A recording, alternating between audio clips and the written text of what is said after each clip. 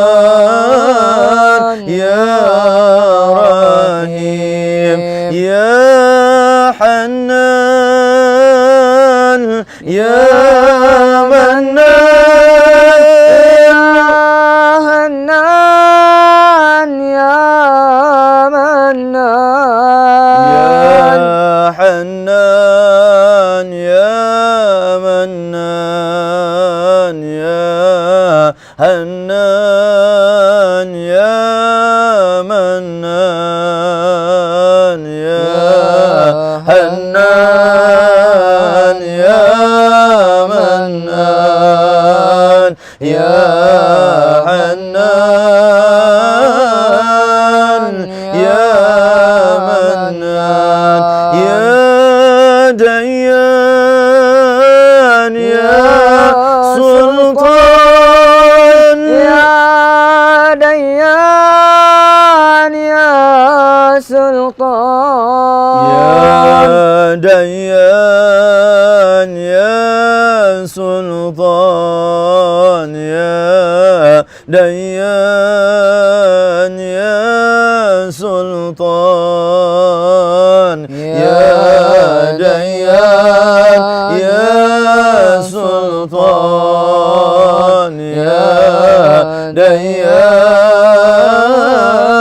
يا سلطان سبحان الله وبحمده سبحان الله وبحمده سبحان الله وبحمده سبحان الله وبحمده سبحان الله وبحمده سبحان الله وبحمده سبحان الله وبحمده سبحان الله وبحمده سبحان الله وبحمده سبحان الله وبحمده سبحان الله وبحمده سبحان الله العظيم وبحمده حسبنا الله ونعم الوكيل نعم المولى ونعم الناصر حسبنا الله ونعم الوكيل نعم المولى ونعم الناصر حسبنا الله ونعم الوكيل نعم المولى ونعم الناصر حسبنا الله ونعم الوكيل نعم المولى ونعم الناصر حسبنا الله ونعم الوكيل نعم المولى ونعم الناصر حسبنا الله ونعم الوكيل نعم المولى ونعم النصير غفرانك ربنا وإليك المصير ولا حول ولا قوة إلا بالله العلي العظيم يا الله يا الله يا الله أنت الله بلا والله أنت الله لا إله إلا أنت الله الله الله والله إنه لا إله إلا الله يا الله يا الله يا الله أنت الله بلا والله أنت الله لا إله إلا أنت الله الله الله والله إنه لا إله إلا الله يا الله يا الله يا الله أنت الله بلا والله أنت الله لا إله إلا أنت الله الله الله والله إنه لا إله إلا الله.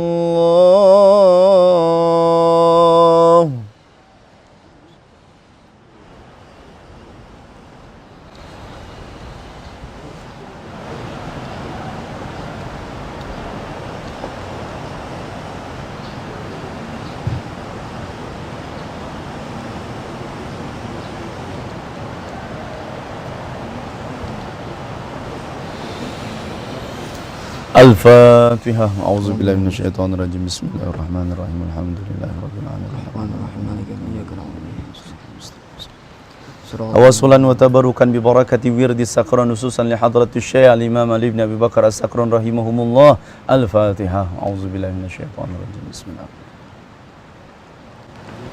بسم الله الرحمن الرحيم. اللهم إني اهتدت بدرب الله طوله ما شاء الله كفله لا إله إلا الله بابه محمد رسول الله صلى الله عليه وآله وسلم سقفه لا حول ولا قوة إلا بالله العلي العظيم وأحاط بنا من بسم الله الرحمن الرحيم الحمد لله رب العالمين الرحمن الرحيم مالك يوم الدين إياك نعبد وإياك نستعين اهدنا الصراط المستقيم صراط الذين أنعمت عليهم غير المغضوب عليهم ولا الضالين آمين سور وآية الله لا إله إلا هو الحي القيوم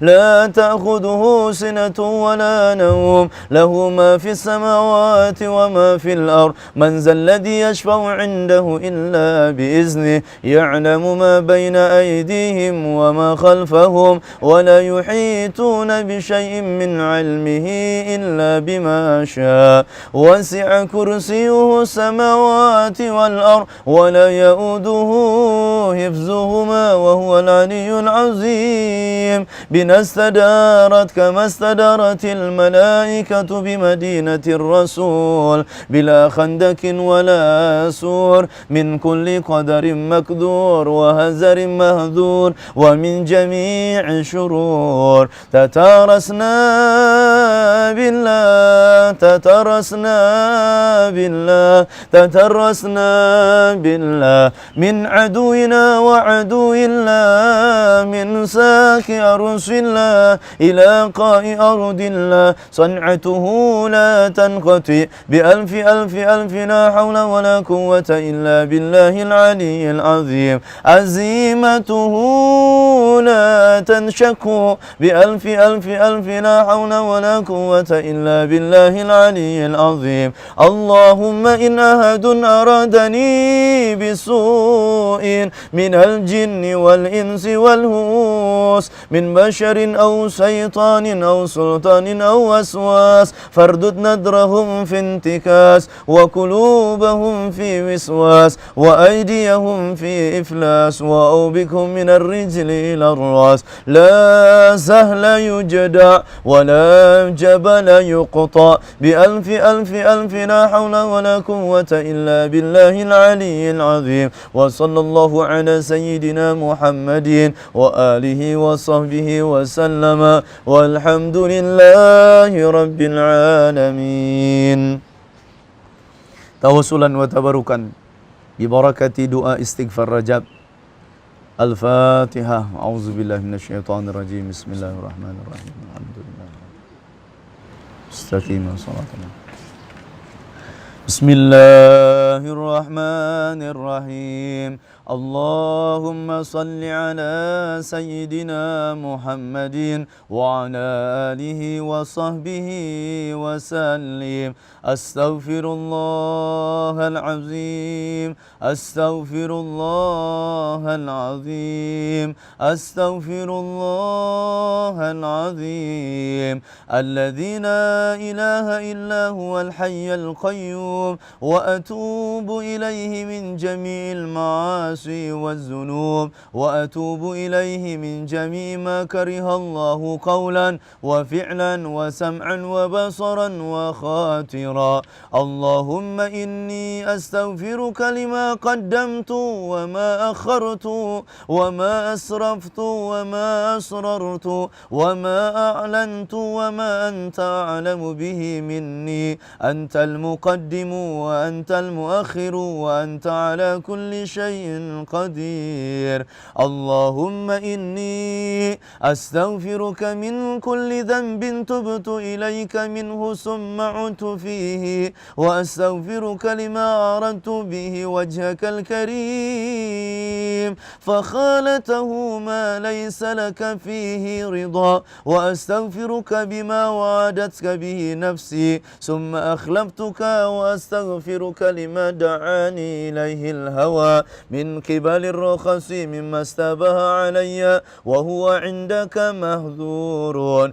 وأستغفرك من النعم التي أنعمت بها علي فصرفتها وتقويت بها على المعاصي وأستغفرك من الذنوب التي لا يغفرها غيرك ولا يطلع عليها أحد سواك ولا يسعها إلا رحمتك وحلمك ولا ينجي منها إلا عفوك وأستغفرك من كل يمين حلفت فيها فهنست فيها وأنا عندك مؤاخذ بها وأستغفرك يا لا إله إلا أنت سبحانك إني كنت من الظالمين وأستغفرك يا لا إله إلا أنت عالم الغيب والشهادة من كل سيئة عملتها في بياد النهار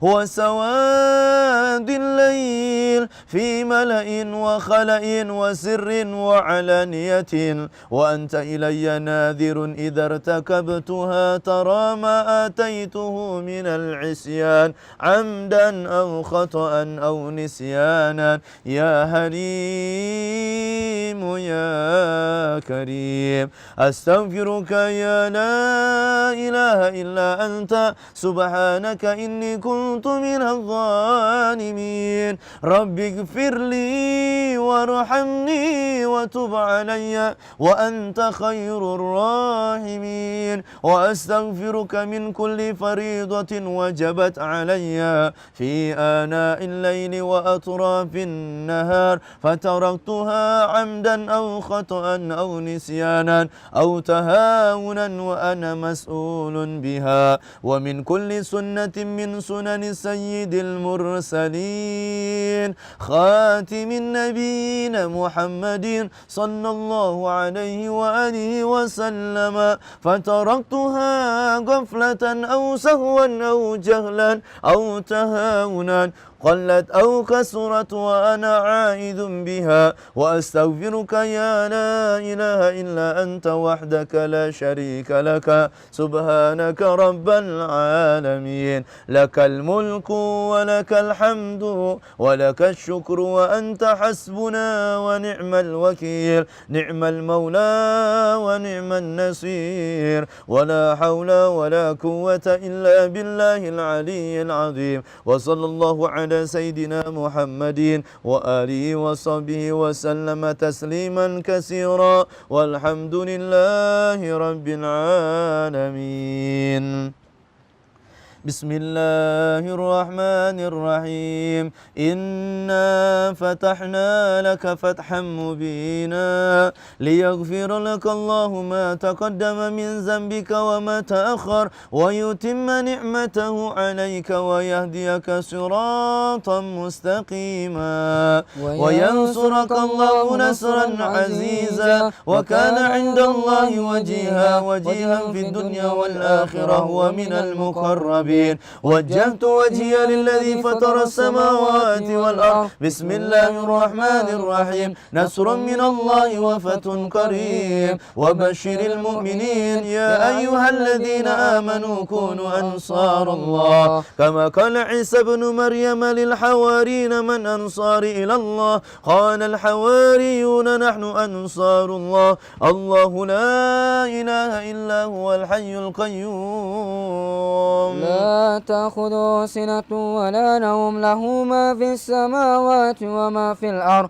من ذا الذي يشفع عنده إلا بإذنه يعلم ما بين أيديهم وما خلفهم ولا يحيطون بشيء من علمه إلا بما شاء وسع كرسيه السماوات والأرض ولا يؤوده حفظهما وهو العلي العظيم بسم الله الرحمن الرحيم لو أنزلنا هذا القرآن على جبل لرأيته خاشعا متصدعا من خشية الله وتلك الأمثال نضربها للناس لعلهم يتفكرون والله الذي لا إله إلا هو عالم الغيب والشهادة والرحمن الرحيم والله الذي لا إله إلا هو المالك القدوس السلام المؤمن المهيمن العزيز الجبار المتكبر سبحان الله عما يشركون والله الخالق البارئ المصور له الأسماء الحسنى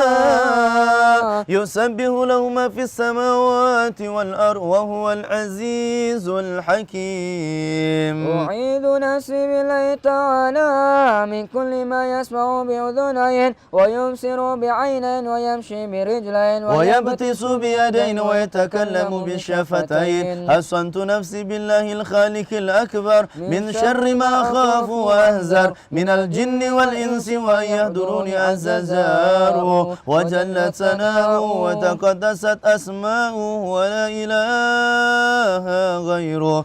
اللهم إني أجعلك في نهور أعدائي وأعوذ بك من شرورهم وتحيلهم ومكرهم ومكايدهم. أدف نار من أراد بي عداوة من الجن والإنس. يا حافظ يا حفيظ يا كافي يا مهيد. سبحانك يا رب ما أعظم شأنك وعز سلطانك وأرفع مكانك. تحصنت بالله وبأسماء الله وبآيات الله وملائكة الله وأنبياء الله وبرسول الله والصالحين من عباد الله. حصنت نفسي بلا إله إلا الله محمد رسول الله صلى الله عليه وآله وسلم.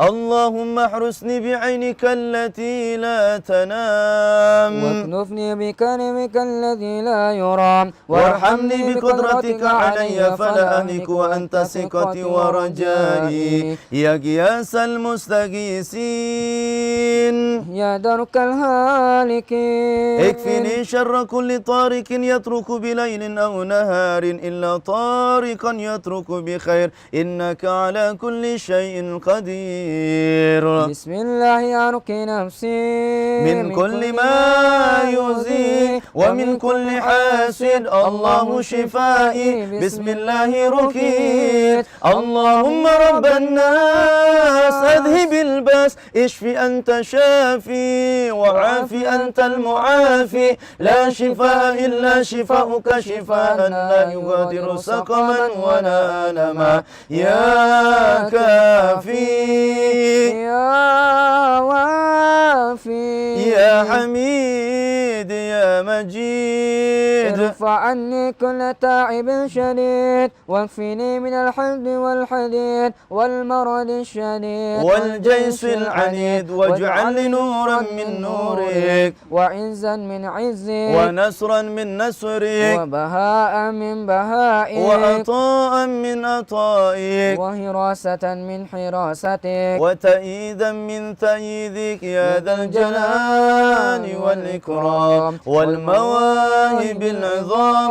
أسألك بك ولا أسألك بأحد غيرك أن تكفيني شر كل ذي شر إنك أنت الله الخالق الأكبر. وصلى الله على سيدنا محمد وآله وصحبه وسلم تسليما طيبا مباركا فيه والحمد لله رب العالمين ظاهرا وباطنا وعلى كل حال يا أرحم الراحمين والحمد لله رب العالمين. Mudah-mudahan seluruh yang kita niatkan dikabul dan dijabah oleh Allah Subhanahu wa taala. Alafu minkum. Wassalamualaikum warahmatullahi wabarakatuh. Warahmatullahi wabarakatuh.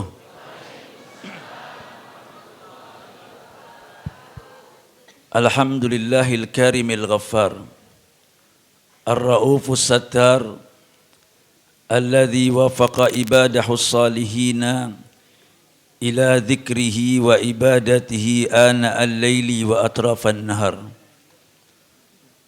Allahumma salli wa sallim wa barik wa takarram wa ta'azzam wa tarahham ala sayyidina wa habibina wa syafi'ina wa qurrati a'yunina wa maulana Muhammad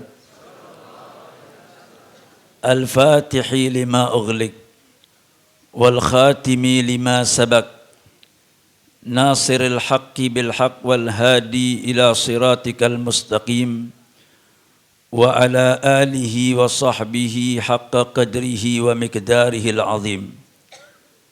Faqad qala Allah Ta'ala fil Qur'anil Karim bismillahirrahmanirrahim laqad manallahu 'alal mu'minina idh ba'atha fihim rasulan min anfusihim yatlu 'alaihim ayatihi wa yuzakkihim wa yu'allimuhumul kitab wal hikmah wa in kanu min qablu lafi dhalalim mubin. Wa qala an-nabiy sallallahu alaihi wasallam ma min ayyamin a'zamu indallahi wa ahabbu ilaihi min al-amali min hadhihi al-ayyam al-ashr fa akthiru fihinna bit-tahlil wat-takbir wat-tahmid. Sadaqallahul azim wa sadaqa rasuluhul habibuhul karim wa nahnu ala dhalika minasy syahidin wasyakirin walhamdulillahi rabbil alamin. Hadratul mukarram wal muhtaram sahibul majlis ad-da'i ila Allah al-mujahid fi sabilih, guru kita bersama Sayyidil Ustaz Abi Tam, ata'allahumrahu fi sihatin wa afiyah wa nafa'ana bi ulumihi fid daraini amin ya rabbal. Dan staf para dewan guru yang telah mengabdi di Majlis Al-Ihya yang sama-sama kita muliakan dan saya cintai, para hadirin dan hadirat, bapak-bapak, ibu-ibu, kaum muslimin muslimat rahimakumullah. Syukur alhamdulillah, berkat rahmat hidayah dari Allah Subhanahu wa taala, di pagi hari yang mulia ini kita berkumpul bersama di dalam rangka mencari sebab untuk mendapatkan keridhaan Allah Subhanahu wa taala dan sekaligus untuk menyenangkan hati daripada baginda Rasulullah sallallahu alaihi wasallam. Moga-moga majlis ini dan perkumpulan ini dapat menjadi sebab kita mendapatkan rahmat dan barakah dan kita diberikan ampunan oleh Allah Subhanahu wa taala dan kita dijauhkan oleh Allah daripada segala macam bala musibah dan anak-anak kita, keluarga kita dijadikan oleh Allah anak-anak yang saleh dan saleha, amin ya rabbal. Dan tak lupa pula salawat berserta salam senantiasa kita curahkan untuk junjungan agung kita Nabi besar Muhammad sallallahu alaihi wasallam, kepada keluarga dan sahabat-sahabat beliau serta pengikut-pengikut setia beliau sampai datang hari kiamat. Baik para hadirin dan hadirat yang dirahmati oleh Allah Subhanahu wa taala, sama-sama kita ketahui bahwasanya di dalam Al-Quranul Karim Allah Subhanahu wa taala memberikan informasi kepada kita tak kala Allah Subhanahu wa taala mengutus Nabi kita Muhammad sallallahu alaihi wasallam. Dinyatakan di dalam Al-Quran, laqad manallahu 'alal mu'minina idh ba'atha fihim rasula. Dinyatakan dalam ayat ini diawali dengan kalimat laqad. Kalau kita belajar nahwu, maka kalimat laqad atau qad ini berarti taukid. Artinya sungguh-sungguh. Bahwasanya Allah Subhanahu wa taala ketika Allah mengutus Nabi kita Muhammad sallallahu alaihi wasallam, Allah telah memberikan karunia dengan mengutus baginda Rasulullah. Artinya ketika Nabi Muhammad sallallahu alaihi wasallam diutus, tujuannya tidak lain untuk memberikan karunia dan keutamaan bagi orang-orang yang beriman dengan kedatangan Nabi Muhammad sallallahu alaihi wasallam. Artinya keuntungan yang luar biasa. Allah nyatakan laqad manallahu 'alal mu'minin. Siapa yang diberi manna, siapa yang Allah berikan utamaan ketika Allah mengutus Nabi Muhammad, tidak lain adalah orang-orang yang beriman kepada baginda Rasulullah SAW. Lalu dikatakan laqad mannallahu 'alal mu'minina idz ba'atsa fihim rasulan min anfusikum. Anfusikum dikatakan bahwasanya Nabi Muhammad itu dari bangsa manusia. Dari bangsa kalian. Artinya Nabi Muhammad bukan malaikat. Ini kadang-kadang banyak orang-orang yang tidak mau memuliakan Nabi Muhammad, alasan mereka Nabi Muhammad itu manusia. Maka tak kala kita belajar tentang bagaimana sosok baginda Rasulullah sallallahu alaihi wasallam, maka yang pertama yang harus kita ketahui Nabi Muhammad itu adalah bashar. Kalau dikatakan Nabi Muhammad bashar, ada sesuatu yang boleh terjadi kepada bashar juga boleh terjadi dengan Nabi kita Muhammad. Jadi dikatakan wajaizun fi haqqihim min aradin min ghairi naqsin ka khafifil maradi. Dikatakan di dalam bait syair yang biasa kita pelajari di pesantren Aqidatul Awam yang dikarang oleh Syekh Ahmad Marzuki, supaya kita paham bagaimana sosok Nabi kita Muhammad SAW. Dikatakan wajaizun fi haqqihim min aradin min ghairi naqsin ka khafifil maradi. Kalau orang pertama lihat Nabi Muhammad itu sosok basyariahnya dulu. Artinya kalau ada pada bashar juga ada pada diri Nabi kita Muhammad sallallahu alaihi wasallam.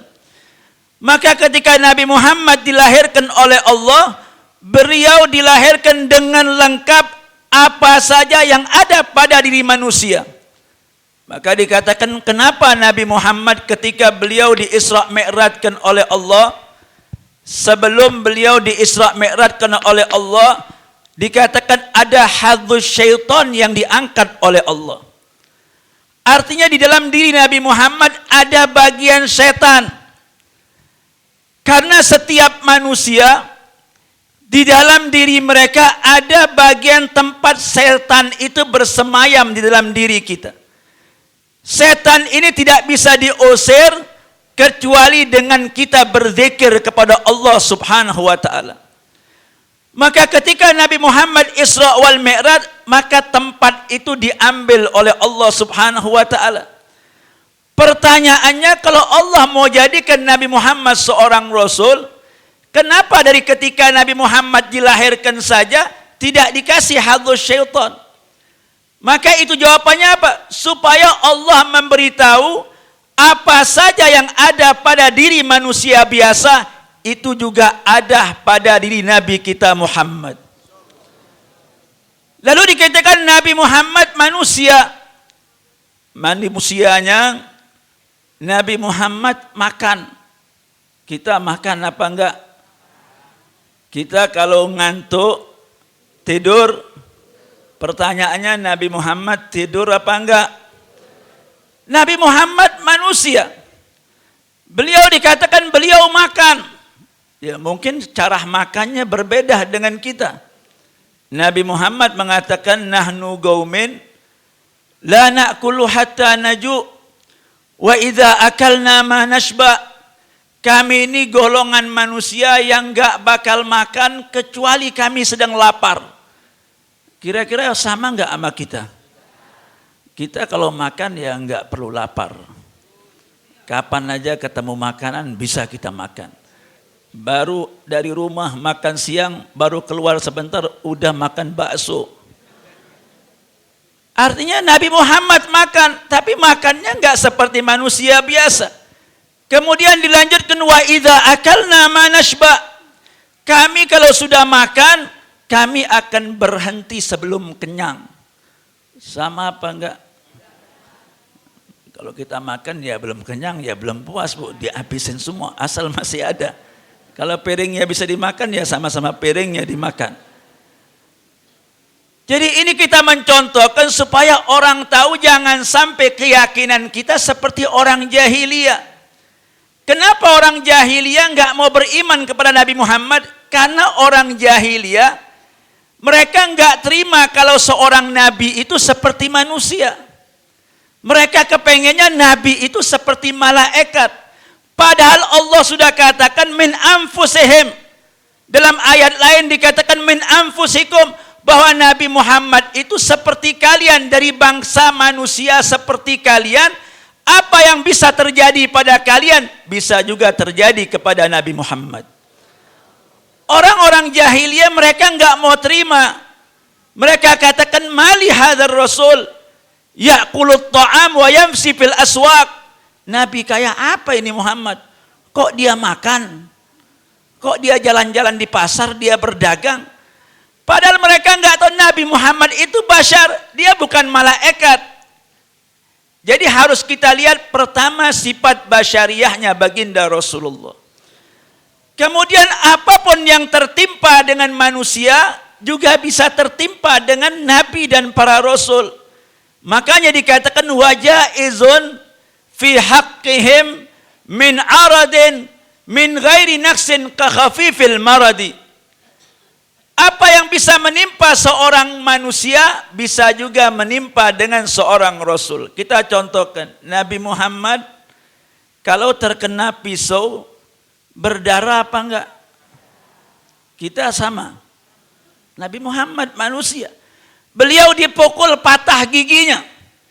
Beliau dilempari pecah mukanya, keluar darahnya. Pundaknya diinjak-injak. Karena Nabi Muhammad basyariah. Dikatakan dalam perang Uhud bagaimana Rasulullah SAW terluka. Maka tak kalah Sayyidina Umar Ibnul Khattab datang ketika Nabi Muhammad sudah meninggal dunia. Sayyidina Umar bersedih dengan meneteskan air mata. Dia mengatakan laqad dahala dhahruk ya Rasulullah. Terkadang ketika engkau berjuang pundakmu diinjak oleh umatmu. Wasujha wajhuk, mukahmu dipecahkan oleh umatmu. Wa kasurat rubaiyatu, gigihmu dipatahkan oleh umatmu, tapi aku belum pernah mendengar satu kalimat yang engkau mohonkan kepada Allah agar Allah menurunkan bala kepada umatmu. Ini kehebatan akhlaknya baginda Rasulullah. Nabi Muhammad terkena sihir, tapi dikatakan di akhirnya min ghairi aradin. Kalau sakitnya Nabi itu tidak bisa mengurangi derajat kenabian dan kerasulan baginda Rasulullah. Artinya Nabi itu selalu dikasih penyakit yang biasa-biasa aja. Maksudnya apa? Penyakitnya para nabi ghaira munaffirin. Sakitnya para nabi itu tidak membuat orang menjauh dengan nabi.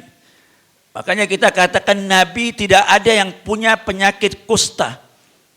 Nggak ada nabi yang punya penyakit kusta. Nabi penyakitnya biasa-biasa. Kita kadang-kadang diceritakan oleh orang-orang Israiliyat. Dulu cerita kita masih kecil, katanya Nabi Ayub itu sakit. Betul nggak Bu? Nabi Ayub betul-betul sakit, betul. Tapi kita dari kecil kita didengarkan cerita Nabi Ayub itu korengan, borokan. Itu boroknya banyak ularnya. Kalau mau sholat diambilin satu-satu, nanti habis sholat taruh lagi. Ini namanya cerita Israiliyat, ini cerita batil. Nggak boleh kita percaya.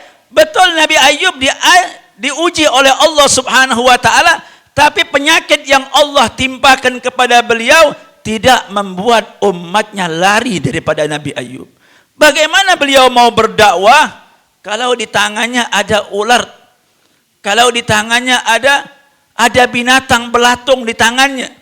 Artinya sakit Nabi Ayub betul sakit, tapi penyakitnya tidak membuat orang lari daripada Nabi Allah Ayub alaihissalam. Maka kita lihat sifat basyariahnya baginda Rasulullah. Setelah kita lihat sifat basyariahnya Nabi Muhammad, di samping itu juga ada sifat lakar basyarnya baginda Rasulullah. Jadi kalau orang belajar, ini dua sifat ini harus digabungkan. Ini dua sifat tidak boleh dipisahkan. Sehingga kita bakal tahu Nabi Muhammad itu basyarun lakal. Basyarun lakal. Basyarun lakal basyar. Nanti kita akan tahu Nabi Muhammad itu manusia.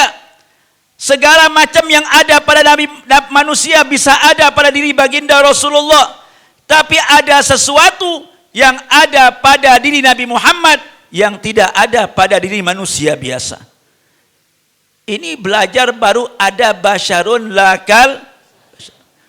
Bagaimana sifat lakal basyarnya baginda Rasulullah? Siapa yang mengatakan? Nabi Muhammad sendiri yang mengatakan dirinya basyarun lakal basyar. Beliau katakan, saya ini kata Rasulullah, inni arakum min warai ka arakum min amami.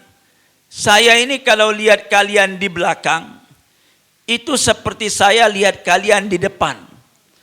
Artinya di belakang Rasulullah ini ada mata yang bisa melihat. Ini Nabi sendiri yang memberitahu, mengasih informasi kepada umatnya bahwa beliau berbeda. Sekali waktu Bu, ada seorang sahabat, itu dia lihat Nabi Muhammad ibadahnya luar biasa. Makanya sahabat itu pengen ikut dengan baginda Rasulullah. Apapun mau dicontoh daripada Nabi Muhammad. Sehingga mereka lihat Nabi Muhammad itu kalau ibadah solatnya luar biasa. Dikatakan kalau Nabi solat hatta tawarramat qadamahu. Kalau Nabi sudah berdiri solat itu sampai pecah-pecah telapak kakinya Rasulullah keluar darah. Lituli qiyamihi fil lail, karena panjangnya beliau bangun di malam hari. Ada seorang sahabat ketika dia perhatikan Nabi, ini Nabi luar biasa.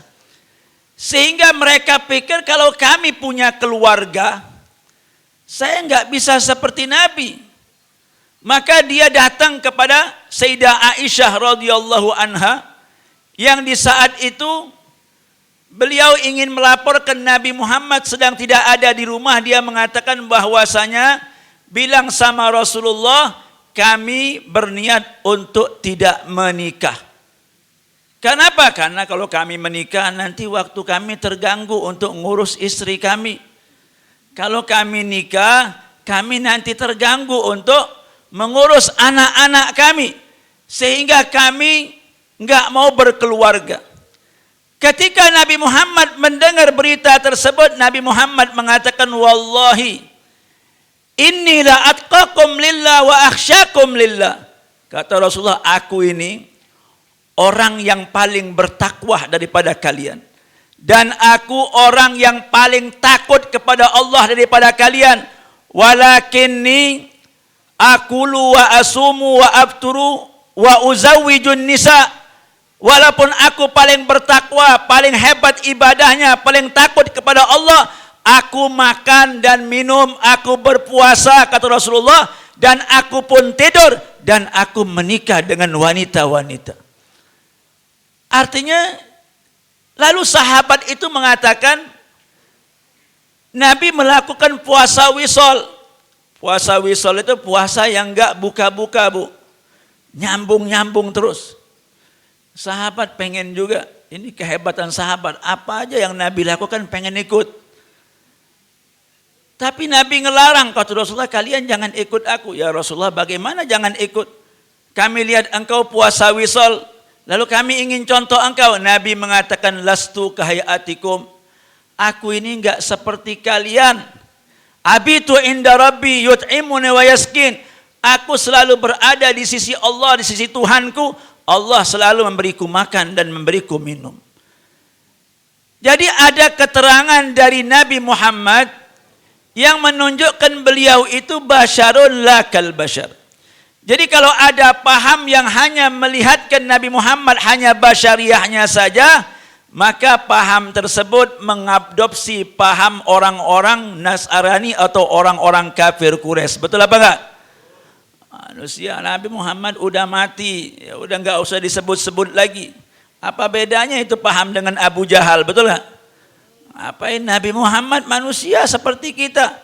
Masa Nabi Muhammad kalau orang maulid terus dikatakan Nabi Muhammad hadir. Nah, ini bukan Muhammad tukang cendol yang kita maulidin. Kalau Muhammad mati-mati aja, ini Nabi Muhammad. Artinya beliau sudah menunjukkan beliau basyar, tapi ada sifat-sifat basyar yang sifat-sifat Nabi Muhammad yang tidak ada pada diri manusia biasa. Baik para hadirin dan hadirat yang dirahmati oleh Allah Subhanahu wa taala, maka kita katakan orang itu yang paling beruntung adalah orang-orang yang diberikan hikmah oleh Allah Subhanahu wa taala. Orang itu kalau belajar tujuannya bukan ilmu saja, tujuannya adalah hikmah daripada ilmu tersebut. Kalau orang dikatakan apa itu hikmah? Kita sering mendengar, kita maulidan tujuannya adalah mengambil hikmah peringatan maulid. Yang kita mau ambil itu hikmah. Sekarang apa itu sebetulnya hikmah yang dikatakan oleh Allah baik dalam Al-Quran ataupun daripada hadis Nabi Muhammad? Dikatakan oleh para ulama al-hikmah al-ilmu bil asya kama hiya wal amalu bima yanbaghi. Hikmah itu adalah orang mengenal sesuatu dengan benar. Artinya orang belajar sesuatu maka pahamnya betul. Maka ketika dia tahu sesuatu itu dengan benar, akan berakibat wal amalu bima yanbaghi, maka amalnya pun akan sesuai dengan pengetahuannya. Jadi kalau orang belajar, belajarnya betul, pahamnya betul, pasti amalnya betul. Kalau orang belajar pahamnya salah, pahamnya enggak betul, pasti amalnya juga tidak akan betul para hadirin. Maka orang dikatakan orang itu paham yang luar biasa. Dikatakan dalam Al-Quran, yu'til hikmata man yasha. Allah memberikan hikmah kepada siapa yang Allah kehendaki. Wa man yu'tal hikmata faqad utiya khairan katsira. Siapa yang diberikan hikmah oleh Allah Subhanahu wa taala, maka orang tersebut sudah mendapatkan kebaikan yang banyak. Artinya ketika orang belajar, dia paham dengan apa yang dia pelajari, lalu dia mengamali apa yang dia ketahui, maka ketika itu dia akan diberikan kebaikan yang sangat banyak oleh Allah Subhanahu wa taala. Contoh orang yang menuntut ilmu. Ilmu itu kita tahu ilmu itu adalah warisannya para anbiya. Anbiya dikatakan innal anbiya lam yuwarrithu dinaran wala dirhama. Aulia itu enggak mewariskan duit, artinya dirham, dinar ataupun dirham. Innama warathahul ilm. Yang mereka wariskan adalah ilmu yang mereka dapatkan dari Allah Subhanahu wa taala melalui perantara malaikat Jibril. Maka dikatakan waman akhadahu faqad akhadha bihadzin wafir. Orang yang mengambil warisan dari para nabi berarti dia telah mengambil bagian keutamaan yang paling banyak. Ilmu adalah hal yang sangat berharga ketika kita ingin beramal. Dikatakan orang beramal tanpa ilmu, maka amalnya tidak diterima oleh Allah Subhanahu wa taala. Maka orang untuk beramal itu yang harus dia kenali adalah bagaimana prakteknya baginda Rasulullah.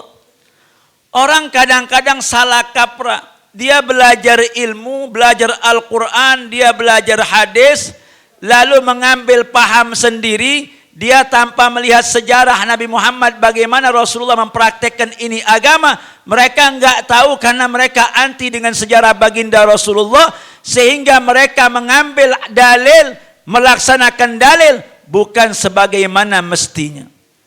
Kan Nabi Muhammad itu nyontohkan segala macam. Orang kalau belajar akhlak Nabi Muhammad itu berarti mereka sedang belajar Al-Quran. Orang nyontoh adab Nabi Muhammad berarti mereka sedang mencontoh adab Al-Quran. Karena Nabi Muhammad itu tidak bisa dipisahkan dari Al-Quran. Tindak tanduk Nabi Muhammad ada dalam Al-Quran. Makanya Allah katakan, ambil daripada khudh ma atakumur rasul. Artinya wa ma atakumur rasul fakhudhuhu wa ma nahakum anhu fantahu. Allah perintahkan wa ma atakumur rasul. Apa saja yang datang dari Rasul maka ambillah. Dan apa yang dilarang oleh Nabi Muhammad maka jauhilah. Nabi Muhammad adalah Al-Quran yang berjalan. Sayyidah Aisyah ketika ditanya, wa ma akhlakun Nabi, bagaimana akhlaknya baginda Rasulullah. Ini sahabat pengen tahu bagaimana Nabi Muhammad. Kalau di rumah bagaimana, pengen tahu. Siti Aisyah hanya menjawab, kana khuluquhul Quran. Akhlaknya Nabi Muhammad itu adalah Al-Quran. Wa idza masya faka'annamal Qur'anu yamshi bainan nas. Nabi Muhammad itu kalau dia berjalan seperti Al-Quran yang berjalan di tengah-tengah manusia. Jadi orang harus tahu prakteknya Al-Quran itu ada pada diri baginda Rasulullah. Sehingga menggunakan dalil Al-Quran sesuai dengan tujuannya Al-Quran itu diturunkan. Karena nanti di akhir zaman banyak orang ngambil dari Al-Quran, lalu itu dalil digunakan bukan pada tempatnya. Banyak apa enggak? Banyak apa enggak, Bu? Ini kita lihat banyak orang menggunakan dalil bukan pada tempatnya. Sesuai dengan apa yang dikatakan oleh Sayyidina Ali. Beliau mengatakan kalimatul haq yuridu bihil batil. Nanti banyak kalimat-kalimat yang hak tujuannya adalah kebatilan. Kita lihat sekarang banyak orang bicaranya enggak punya dasar. Mereka jadi ulama, tapi ulamanya banyak merugikan agama Allah, banyak merugikan syariatnya baginda Rasulullah. Kita itu punya akal, kita ini hukum itu yang kita tahu itu bid-dhawahir. Fahkum bid-dhawahir. Hukum itu yang kita kelihatan. Kalau yang enggak kelihatan itu urusan Allah. Contoh kita, syariat itu semua kelihatan. Orang kalau mau sholatnya sah, ada rukun-rukun sholat sebelumnya, bahkan ada syurutus sholat. Syurutus sholat itu hal-hal yang wajib kita lakukan sebelum kita masuk sholat. Ada lagi rukun-rukun sholat. Rukun-rukun sholat itu adalah kewajiban yang harus kita lakukan ketika kita sedang sholat. Syarat sholatnya udah kita laksanakan. Nabi perintahkan kita wudhu, bersih dari hadas kecil dan hadas besar. Kemudian kita menghadap ke kiblat. Ini semua zahiriyah. Kemudian kita bertakbir Allahu Akbar. Setelah itu kita lihat tempat yang kita sholat tidak ada najisnya. Sisanya kita serahkan kepada Allah. Betul nggak, Bu? Jangan sampai syariatnya nggak dilaksanakan. Ini kadang-kadang belum apa-apa udah kumaha Gusti wae. Nah, ini kalau sudah kumaha Gusti wae repot. Enggak pernah belajar, enggak mau belajar, mau sholat, tapi enggak mau belajar. Yalah kumaha Gusti wae ditampi mangga, enggak diterima juga enggak apa-apa. Lah bagaimana kalau ente sudah syarat zahirnya enggak benar, enggak bakal diterima oleh Allah. Orang itu nyerahkan hakikatnya kepada Allah kalau syariatnya sudah dia tuntaskan. Manusia itu, syariat itu tugas kita. Nanti urusan Allah, sisanya itu baru urusan Allah subhanahu wa ta'ala. Ibu mau ke Jakarta, kepengen cepat. Kan bagaimana caranya ke Jakarta? Ya kalau enggak ada mobil, ya pergi ke terminal. Kalau enggak, pergi ke stasiun. Betul enggak? Begitu duduk di stasiun, udah masuk ke kereta, jurusan keretanya ke Jakarta. Baru ngedoa, ya Allah mudah-mudahan saya sampai ke Jakarta dengan selamat. Itu baru betul. Ini naik keretanya ke Sukabumi. Ya Allah mudah-mudahan aja sampai ke Jakarta dengan selamat. Bagaimana mau ke Jakarta ente keretanya ke Sukabumi? Nah artinya seperti itu, manusia punya syariat. Kepengen anak jadi ulama, kepengen anak jadi punya ilmu. Enggak cukup hanya kepengen. Kepengen itu harus dilaksanakan dengan ikhtiar. Masukkan anak ke pesantren, ajak mereka tinggal di pesantren, didikkan dengan guru-guru yang luar biasa. Kemudian setelah anak di pesantren, baru ibunya berdoa, ya Allah mudah-mudahan anak saya jadi ulama. Itu baru betul. Anaknya kuliahnya nggak tahu di mana, nggak ada belajar agama sama sekali. Tiap malam gue doa, waduh, ya budak mudah-mudahan jadi kiai. Mau jadi kiai dari mana? Orang itu kalau kuliah di kedokteran, didoakan jadi dokter, itu baru betul, Bu. Betul gak? Kepengen anak jadi tentara, ya masuk sekolah tentara baru ngedoa biar jadi tentara. Kalau pengen jadi ulama, Dudukkan di pesantren, ini tempat ilmu. Ini tempat warisannya para anbiya.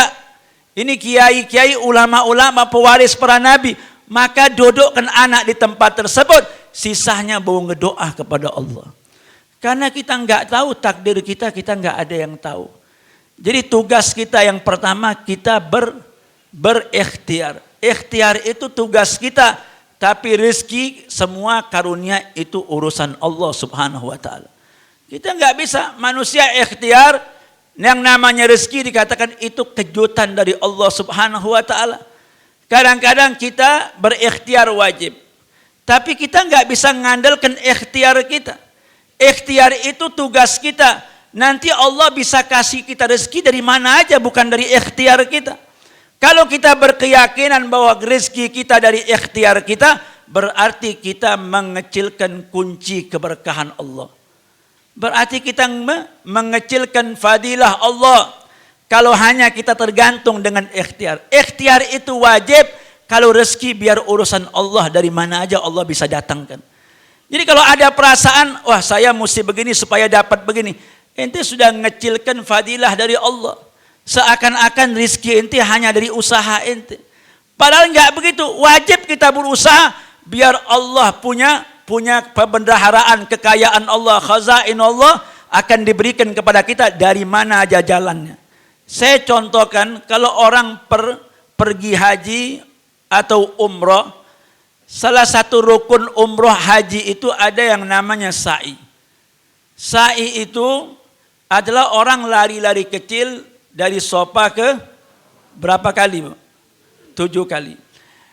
Ini rukun sa'i ini diambil dari peristiwa kejadian yang terjadi pada Siti Hajar, istri daripada Nabi Allah Ibrahim alaihissalam. Ketika Siti Hajar dan anaknya Ismail alaihissalam ditinggalkan oleh Nabi Allah Ibrahim, karena Nabi Ibrahim ingin berangkat untuk menunaikan perintah Allah subhanahu wa ta'ala, ditinggalkanlah bayi yang kecil Ismail alaihissalam dengan ibunya Siti Hajar di tempat tersebut yang sekarang menjadi tempat orang sa'i. Ketika itu Ismail menangis karena kehausan, pengen minum, di situ nggak ada air. Siti Hajar ketika itu dia berjuang supaya mendapatkan air. Bagaimana berjuangnya? Dia ikhtiar dari Sofah ke Marwah, dia cari-cari air. Sampai 7 kali dia udah kecapean. Saya mau tanya, ikhtiarnya Siti Hajar ada hasilnya apa enggak? Enggak ada hasilnya. Dia sudah berusaha tapi enggak punya hasil. Tapi Allah berikan dari tempat yang lain, Nabi Allah Ismail yang menangis, mengentakkan kakinya, menggesek kakinya ke pasir, tiba-tiba muncul air Zam-Zam yang sampai sekarang masih ada. Ini sebagai contoh, artinya manusia wajib berikhtiar, nanti rezeki dari mana aja. Kalau seandainya Siti Hajar saat itu hanya menunggu takdir dari Allah, hanya duduk aja, kira-kira dapat air apa enggak? Belum tentu dapat air, bahkan enggak bakal dapat air. Maka manusia wajib ikhtiar. Ikhtiarnya segala sesuatu yang kelihatan. Jadi namanya penyakit itu enggak boleh dicari. Penyakit itu harus dihindari. Bahaya itu harus dihindari. Kalau bahayanya kelihatan, kalau bahayanya enggak kelihatan, bagaimana kita mau hindari? Ini orang bilang, ente jangan jalan dari sini kalau malam-malam. Di sini suka ada macan. Enggak apa-apalah, mau digigit takdir Allah ini kata dia. Udah dikasih tahu tempatnya banyak macan. Artinya kalau orang ngasih tahu ini tempat berbahaya, ente harus berpikir ada enggak jalan lain untuk ente sampai ke tempat itu, jangan melewati tempat tersebut. Itu ikhtiar kita.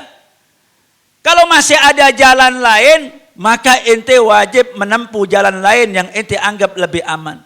Tapi kalau jalan enggak ada, ente wajib ke tempat tersebut. Itu baru tawakal Allah. Kalau sudah enggak ada pilihan, tawakal Allah. Tapi kalau masih ada pilihan, ikhtiar, maka manusia diperintahkan untuk berikhtiar. Maka kita wajib, kita udah tahu musibah datangnya dari Allah subhanahu wa ta'ala. Enggak ada yang bisa ngangkat musibah. Jangan sampai kita sudah dapat musibah dunia, ditambah lagi kita mendapat musibah. Lindungi kita. Kita syariatnya udah, kita berdoanya udah, kita yakin Allah pasti melindungi kita. Nabi ngajarkan kita. Kata Nabi banyak doa-doa, wirid-wirid yang sudah disusun oleh para alim ulama. Kita baca ratib, semuanya itu untuk perlindungan kita. Dari zaman dahulu ulama udah ngumpulkan untuk kita ini supaya terlindung dari doa-doa yang diajarkan oleh Nabi Muhammad. Dikatakan kita baca Bismillahilladzi la yadurru ma'asmihi syai'un fil ardi wala fis sama' wa huwas samiul alim. Siapa yang baca itu pagi dan sore, dia akan diselamatkan dari bahaya apapun, gak bisa nimpa dia. Ini doa dari baginda Rasulullah, ada jaminan dari Nabi Muhammad. Kita baca kitab Al-Adhkar, karangan Imam Nawawi, semua dijelaskan bagaimana wirid-wirid yang aurat-aurat tersebut langsung ada dasarnya daripada Nabi kita Muhammad. Jadi ini ulama ngarang-ngarang wirid, nyusun-nyusun wirid bukan ngawur ya, kasih tahu. Ini bentar-bentar bid'ah, baca ratib bid'ah. Ini berarti baca bismillah itu bid'ah namanya. Orang nggak ngerti. Orang itu lihat dulu apa yang dibaca, jangan baru tahu sedikit udah ngomongin bid'ah. Oh ratib nggak ada, memang betul ratib nggak ada di zaman Nabi. Memang Nabi Muhammad baca ratib. Pertanyaannya saya mau tanya, Nabi Muhammad baca ayat kursi apa enggak? Itu di ratib ada ayat kursi. Ini saya ada teman Bu, ini saya kasih tahu aja, ini di Bogor ini kadang-kadang banyak gerakan-gerakan apa? Yang enggak bosen-bosen ya. Kata teman saya, kita kasih buku ratib. Tiba-tiba ada ustadz yang di sebelah dia, ada pesantren, saya enggak usah sebut pesantrennya, tiba-tiba datang ke rumah dia. Ini marah-marah sama teman saya. Dia bilang, ngapain ente baca ini? Ini enggak ada di zaman Nabi, ini bid'ah. Ente enggak bakal dapat pahala. Dosa juga bisa, dia bilang. Orang baca ratib. Dia bilang, ini saya dikasih Habib. Wah, ngapain ngikut-ngikutin Habib? Enggak ada dalilnya, dia bilang. Akhirnya orang ini tetap mau baca ratib. Enggak lama dia enggak baca dulu, dia enggak lihat apa itu ratib, cuma lihat bungkusnya aja. Beberapa hari kemudian ini ustadz, dia bawa buku ke rumah teman saya. Dia bilang, nih, kalau ente mau selamat, dia bilang, dari segala macam musibah, bala, ini bacaannya, dia bilang. Apa bacaannya? Dia bawa kitab. Begitu dibuka sama teman saya, yang pertama ayat kursi. Yang kedua, amanar rasulu bima unzila ila min rabbihi wal mu'minun. Ini teman saya ketawa, teman saya. Ente lihat dulu nih. Begitu, loh, kok sama? Loh katanya bid'ah ini. Bagaimana ente kok si bid'ah? Ini bid'ah juga berarti. Nah, makanya ini ustadz ngawur, namanya ngawur.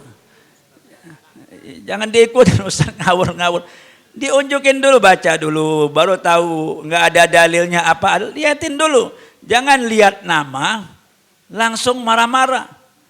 Orang maulid baca sejarah Nabi. Nggak ada masalah.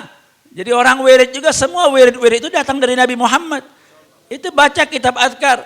Semua wirid yang disusun oleh ulama, wirid baik ratib apa aja, ratibul Attas, ratib al-Idrus, ratibul Haddad.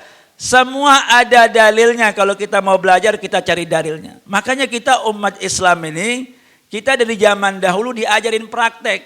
Orang tua kita nggak mau repot, udah makan aja, biar saya yang masakin, betul nggak Bu?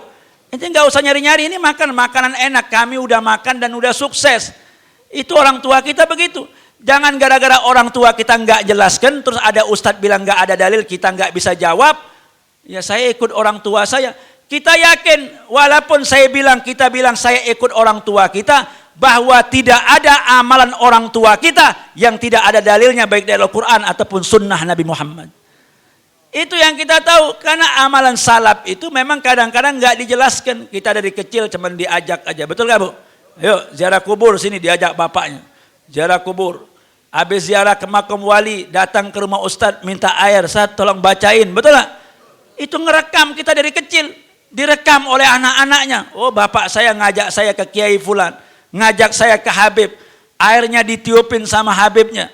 Itu semua tidak dijelaskan karena nggak perlu, karena kita yakin semua amalan as-salafus soleh apalagi dari waliullah tidak ada dasarnya. Artinya tidak ada amalan orang-orang soleh yang tidak ada dasarnya baik dari Al-Quran ataupun sunnah Nabi Muhammad. Itu yang wajib kita yakini. Maka kita hanya sekarang ikut. Ini alhamdulillah. Ini guru kita Abitam luar biasa. Kita tahu siapa guru-guru mereka. Apa amalan-amalannya kita lihat. Ini luar biasa. Ini udah jarang di pondok-pondok pesantren. Baca wirid segala macam dibaca. Makanya kita bersyukur kepada Allah. Ini karunia Allah untuk kita masih ada ulama seperti guru kita Abi Tamrin. Makanya kita selalu doakan beliau biar Allah panjangkan umurnya. Allah sehatkan beliau. Kalau beliau sedang sakit, Allah angkat penyakitnya. Jadi tujuannya untuk apa? Untuk memberikan keberkahan dan ilmu-ilmunya kepada kita. Baik para hadirin yang dirahmati oleh Allah Subhanahu wa taala, mudah-mudahan kita selalu diberikan keberkahan oleh Allah Subhanahu wa taala. Apalagi sekarang kita harus lebih meningkatkan amaliyah kita, takwah kita kepada Allah Subhanahu wa taala. Karena sekarang kita sudah memasuki daripada salah satu bulan Haram, yaitu bulan Dzulhijjah. Tepatnya hari ini kita berada di tanggal 5 daripada bulan Dzulhijjah. Ini luar biasa. Hari-hari pertama atau 10 hari pertama daripada bulan Dzulhijjah ini hari yang sangat luar biasa. Sehingga hari-hari ini dipakai sumpah oleh Allah Subhanahu wa taala. Allah dalam Al-Qur'an mengatakan wal fajri walayalin. Dikatakan Allah bersumpah demi waktu fajar dan demi hari-hari atau malam-malam 10. Malam 10 apa? Malam-malam atau hari-hari daripada awal daripada bulan Dzulhijjah. Dipakai sumpah enggak main-main. Tujuannya supaya kita sebagai umat manusia perhatian dengan waktu tersebut. Ini waktu di mana amaliyah kita akan dilipat gandakan oleh Allah Subhanahu wa taala. Semua amal apapun yang kita lakukan pahalanya akan diberikan tambah oleh Allah Subhanahu wa taala. Maka Nabi menyebutkan ma min ayyamin a'zamun indallah. Kata Rasulullah tidak ada hari yang lebih agung, lebih mulia di sisi Allah Subhanahu wa taala wa ahabbu ilaihi min amali. Dan hari-hari tidak ada hari yang lebih Allah cintai daripada amal-amal soleh min hadhil ashr, daripada 10 daripada hari-hari di awal daripada bulan Dzulhijjah. Fa'akthiru, kata Nabi Muhammad, fa'akthiru fihinna bitahlil wat takbir wat tahmid. Diperintahkan oleh Nabi untuk kita banyak berzikir, baca la ilaha illallah. Kita diperintahkan untuk bertakbir, mengucapkan kalimat alhamdulillah.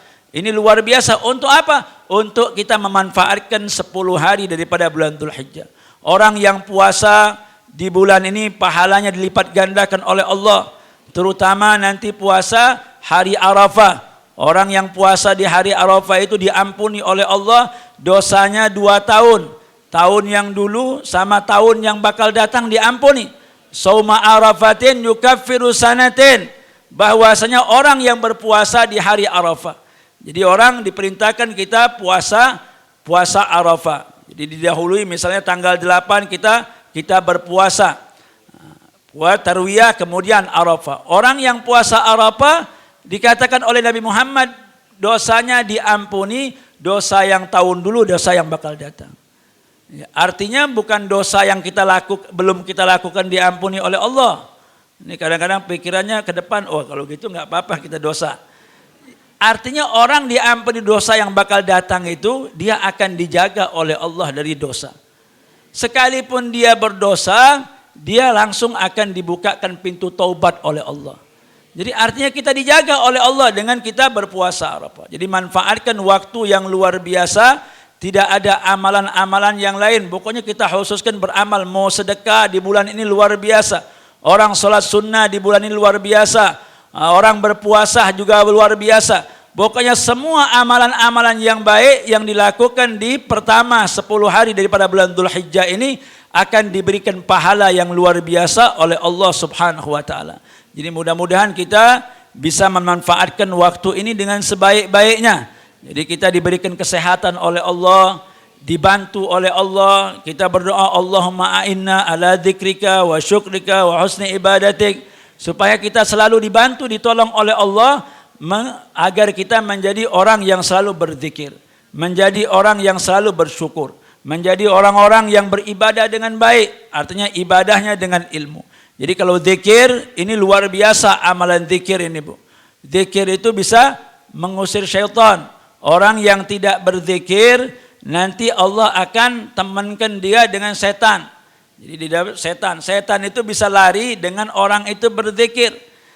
Amalan zikir kita udah tahu, amalan zikir ini luar biasa. Enggak ada waktu yang kita dilarang untuk berzikir. Enggak ada waktu larang orang berzikir. Kapan waktu pun, dimanapun kita boleh berzikir.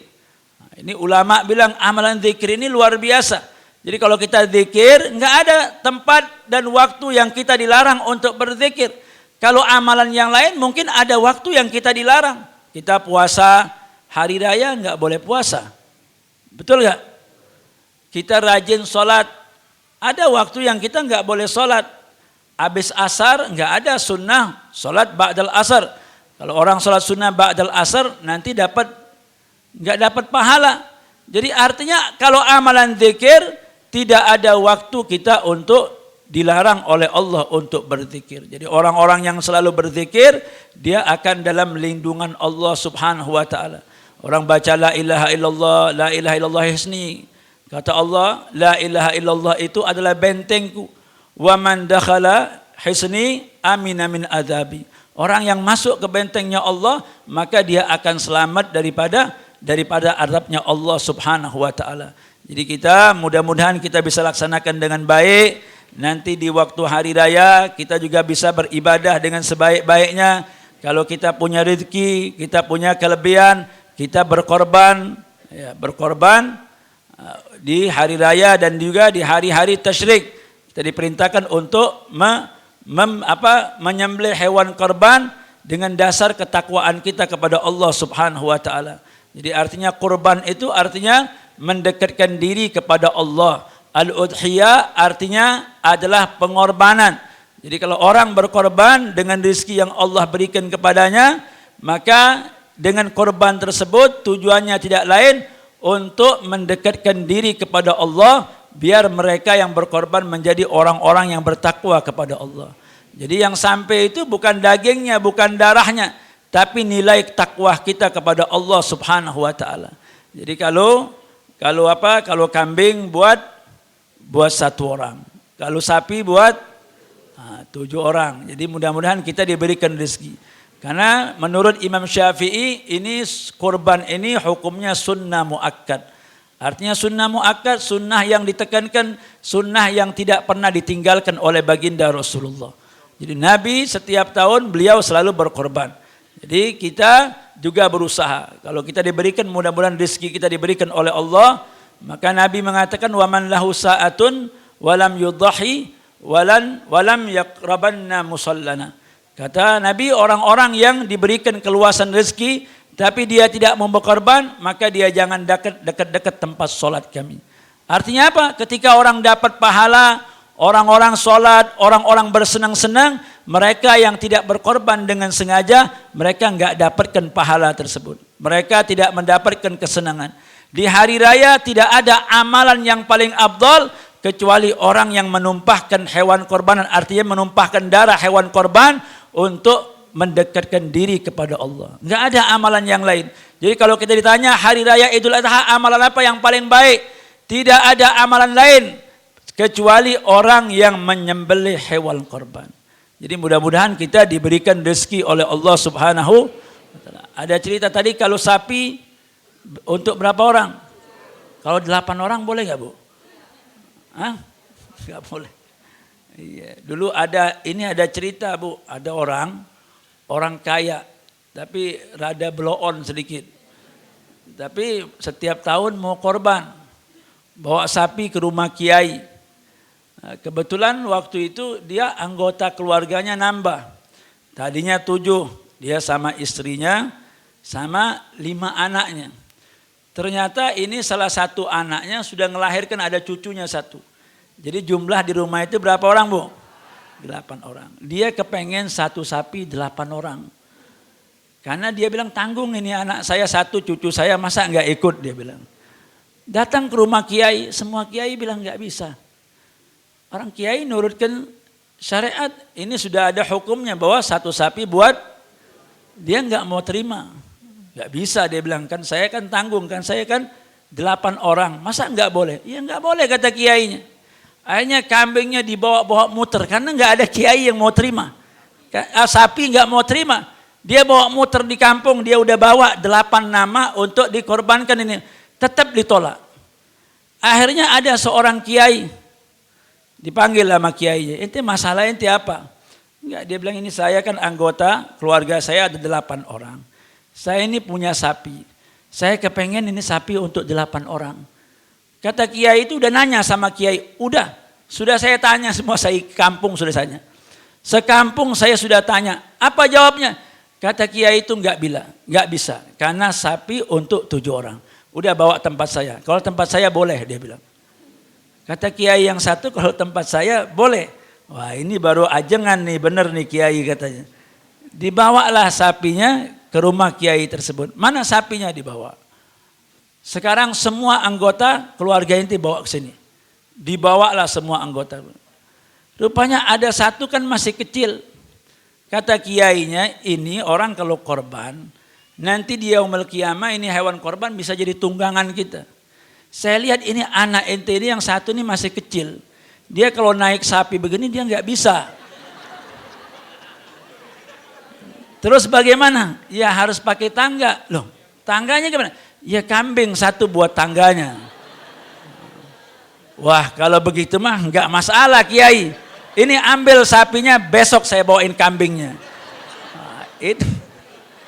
Jadi kiai harus cerdas. Jangan dirubah, hukum mah nggak boleh dirubah, betul nggak? Kalau hukum nggak boleh dirubah, tapi siasat supaya orang paham. Orang paham, kalau nggak gitu nggak jadi dia korban. Karena kan pengennya 8 orang. Ya kiai ini pinter, hukum nggak dirubah. Yang 7 tetap buat sapi, anaknya kambing 1 buat tangganya, kan beres, betul nggak? Nah, jadi kalau ngadepin orang bodoh. Jadi kata Nabi, kata ulama, kata Nabi kallimun nas bigadri uqulihim. Kalau ngajak orang ngomong itu dasar akalnya dulu. Ini orang kelas berapa? Jadi kasih sesuainya. Jadi kasih sesuai dengan akal pikirannya. Jangan dikasih ilmu tinggi-tinggi nanti bisa oleng, orang nggak ngerti. Jadi artinya ada mubtadi, ada orang itu kan belajar bertahap. Jadi dari bawah belajar baru dikasih ilmu pemahaman yang benar. Syariatnya betul, nanti baru belajar tasawuf. Betul nggak Bu? Jadi Islam mengajarkan begitu. Ada Islam, ada iman, ada ihsan, ada ilmu fikih, syariat, ada lagi ilmu iman, ilmu tauhid. Yang terakhir ilmu tasawuf, ilmu akhlak. Salah satu orang sekarang sholat takut dengan apa? Takut sama Allah, takut masuk neraka. Enggak ada masalah. Itu biasa. Boleh orang. Itu termasuk lillahi ta'ala. Kenapa kamu sholat? Saya takut masuk neraka. Betul. Itu alasannya tepat. Itu sudah lillahi ta'ala. Tapi kalau orang sudah belajar tasawuf, mereka udah enggak urusan begitu. Jadi kalau sholat itu bukan lagi masalah sah atau enggak sah. Masalahnya harus sempurna. Karena kalau orang belajar sah atau enggak sah, kadang-kadang belum sempurna. Kalau sah itu belum sempurna. Kalau sempurna pasti. Itu logikanya kan begitu. Kalau sempurna itu pasti. Orang kalau sah, ya orang sholat diperintahkan nutup aurat. Auratnya laki-laki ma baina surra wa rukbah. Kalau ada orang sholat, dia pakai kain sampai ke dada, kesininya enggak pakai baju, kainnya di bawah dengkul. Saya mau tanya, sah apa enggak? Sah, tapi dia enggak punya adab. Dia enggak punya adab kepada Allah, dia enggak belajar akhlak. Ilmu paling tinggi itu, makanya ilmu yang paling tinggi itu ilmu akhlak. Ilmu tasawuf itu ilmu akhlak. Ulama mengatakan apa itu tasawuf? Al ilmu tasawuf adalah orang melaksanakan semua akhlak-akhlaknya Nabi Muhammad. Jadi kalau sudah ibadah itu urusannya sempurna, bukan saja sah. Jadi orang belajar step demi step. Jadi biar benar. Jadi mudah-mudahan kita selalu diberikan keberkahan oleh Allah Subhanahu wa taala. Sekali lagi kita doakan guru kita Abi Tamrin, guru kita bersama, biar diberikan kesehatan oleh Allah, panjang umur oleh Allah Subhanahu wa taala, dan selalu diberikan kekuatan untuk berjuang untuk membela syariatnya Nabi Muhammad sallallahu alaihi wasallam. Dan kita semua mudah-mudahan hajat-hajat kita ditunaikan oleh Allah, hajat dunia dan hajat akhirat. Hajat dunia diberikan kemudahan oleh Allah Subhanahu wa taala. Kita sama-sama baca tawassul untuk menambah keberkahan munajah kepada Allah Subhanahu wa taala. Ya Tawwab tub alaina, ya Tawwab tub alaina, وارحمنا وانظر إلينا وارحمنا وانظر إلينا يا تواب توب علينا يا تواب توب علينا وارحمنا وانظر إلينا وارحمنا وانظر إلينا هو رب الأولين هو رب الآخرين هو ربي هو حسبي هو خير الرازقين يا تواب توب علينا يا تواب توب علينا وارحمنا وانظر إلينا وارحمنا وانظر إلينا وغفار الخطايا هو خير الراحمين ربي وادخلنا جميعا في عباد الصالحين يا تواب توب علينا يا تواب توب علينا وارحمنا وانظر إلينا وارحمنا وانظر إلينا حاجة في النفس يا رب فاقضها يا خير قاضي وأرح سري وقلبي من لظاها والشواظي يا تواب توب علينا يا تواب توب علينا وارحمنا وانظر إلينا وارحمنا وانظر إلينا ولحسن ظني لازم وهو خلي وحليفي وأنيسي وجليسي طول ليلي ونهاري يا تواب تب علينا يا تواب تب علينا وارحمنا وانظر إلينا وارحمنا وانظر إلينا يا تواب تب علينا يا تواب تب علينا واغفر لنا ولوالدينا واغفر لنا ولوالدينا يا تواب تب علينا يا تواب تب علينا وارحمنا وانظر إلينا وارحمنا وانظر إلينا الفاتحة بالقبول وتمام من كل سول بلوك المأمول بجاه المصطفى أبي البتول وإلى حضرة النبي محمد صلى الله عليه وسلم بسر الفاتحة.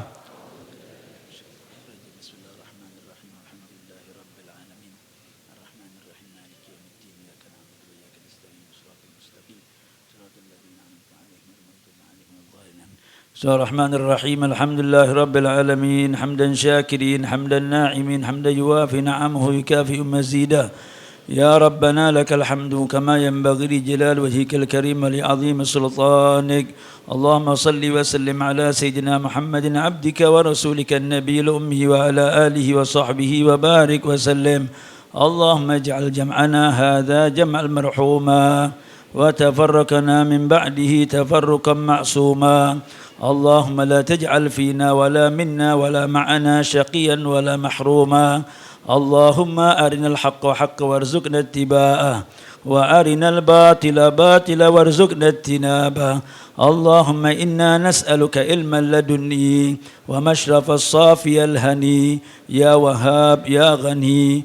اللهم أغننا بالعلم وزينا بالحلم وأكرمنا بالتقوى وجملنا بالعافية يا أرحم الراحمين. ربنا اغفر لنا ولوالدينا وارحمهما كما ربيانا صغارا. اللهم اكشف عنا الأذى والبلاء والوباء وشر الأعداء إنك على كل شيء قدير. ربنا آتنا في الدنيا حسنة وفي الآخرة حسنة وقنا عذاب النار. وصلى الله على سيدنا محمد النبي الأمي وعلى آله وصحبه وسلم والحمد لله رب العالمين. والعفو منكم. السلام عليكم ورحمة الله وبركاته.